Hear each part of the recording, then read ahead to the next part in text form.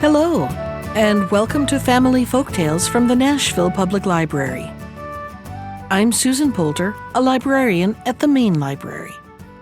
Today's story is The Snow Daughter and the Fire Son, from Andrew Lang's Yellow Fairy Book. There was once upon a time a man and his wife, and they had no children, which was a great grief to them. One winter's day, when the sun was shining brightly, the couple were standing outside their cottage, and the woman was looking at all the little icicles which hung from the roof. She sighed, and turning to her husband, said, "I wish I had as many children as there are icicles hanging there." "Nothing would please me more either," replied her husband. Then a tiny icicle detached itself from the roof and dropped into the woman's mouth, who swallowed it with a smile and said, "Perhaps I shall give birth to a snow child now." Her husband laughed at his wife's strange idea, and they went back into the house. But after a short time, the woman gave birth to a little girl who was as white as snow and as cold as ice. If they brought the child anywhere near the fire, it screamed loudly till they put it back in some cool place. The little maid throve wonderfully, and in a few months she could run about and speak, but she was not altogether easy to bring up, and gave her parents much trouble and anxiety, for all summer she insisted on spending in the cellar, and in the winter she would sleep outside in the snow, and the colder it was, the happier she seemed to be. Her father and mother called her simply our Snow Daughter, and this name stuck to her all her life. One day her parents sat by the fire, talking over the extraordinary behavior of their daughter, who was disporting herself in the snowstorm that raged outside. The woman sighed deeply and said, "I wish I had given birth to a fire son." As she said these words, a spark from the big wood fire flew into the woman's lap, and she said with a laugh, "Now perhaps I shall give birth to a fire son." The man laughed at his wife's words and thought it was a good joke, but he ceased to think it was a joke when his wife shortly afterwards gave birth to a boy who screamed lustily till he was put quite close to the fire, and who nearly yelled himself into a fit if the Snow Daughter came anywhere near him. The Snow Daughter herself avoided him as much as she could, and always crept into a corner as far away from him as possible. The princess called the boy simply our Fire Son, a name which stuck to him all his life. They had a great deal of trouble and worry with him too, but he throve and grew very quickly, and before he was a year old he could run about and talk. He was as red as fire and as hot to touch, and he always sat on the hearth quite close to the fire and complained of the cold.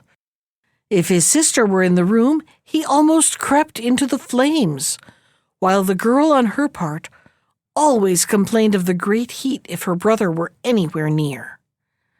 In summer, the boy always lay out in the sun, while the girl hid herself in the cellar.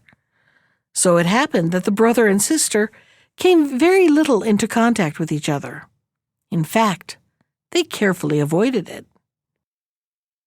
Just as the girl grew up into a beautiful woman, her father and mother both died, one after the other.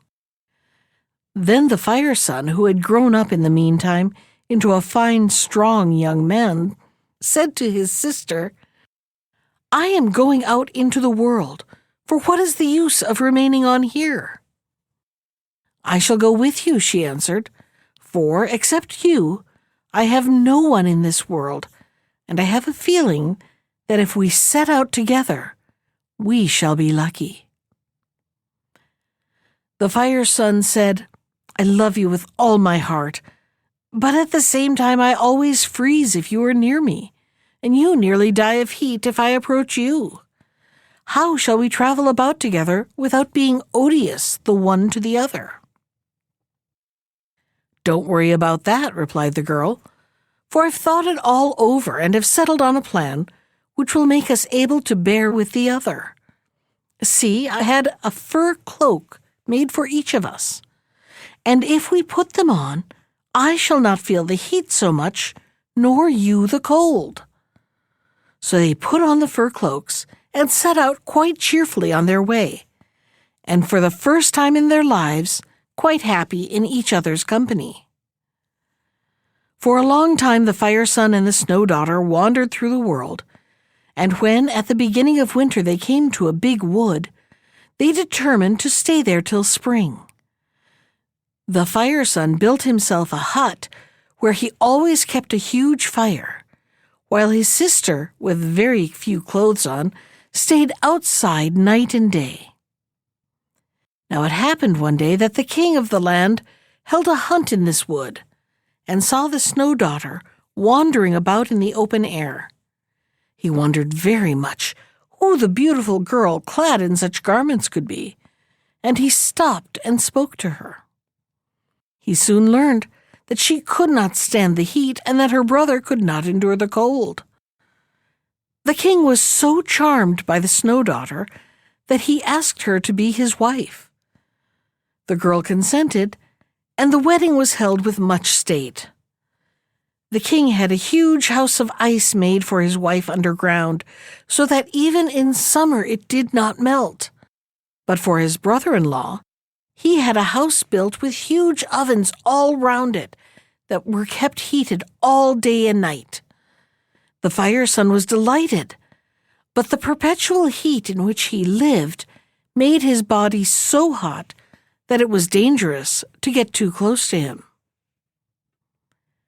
One day the king gave a great feast and asked his brother-in-law among the other guests.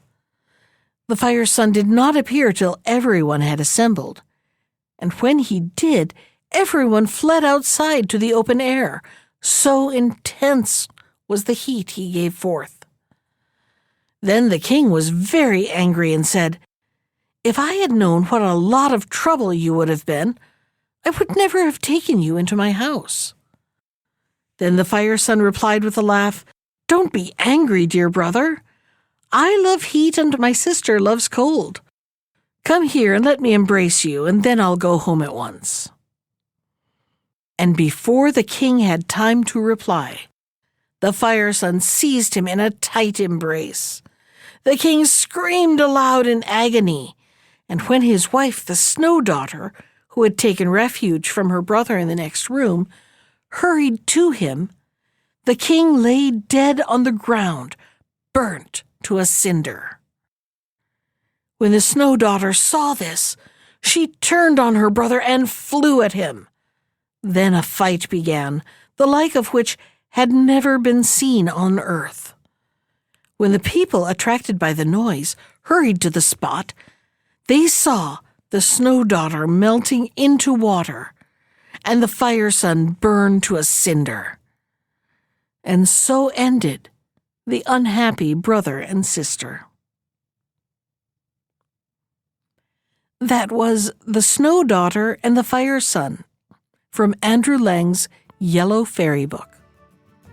Special thanks to Ginger Sands for our theme music. You can find more of Ginger's music at iTunes or on her website at www.gingersands.com. And if you'd like to comment on today's story, send me an email.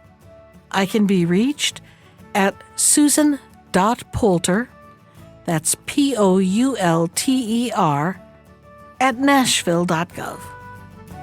Thanks for listening.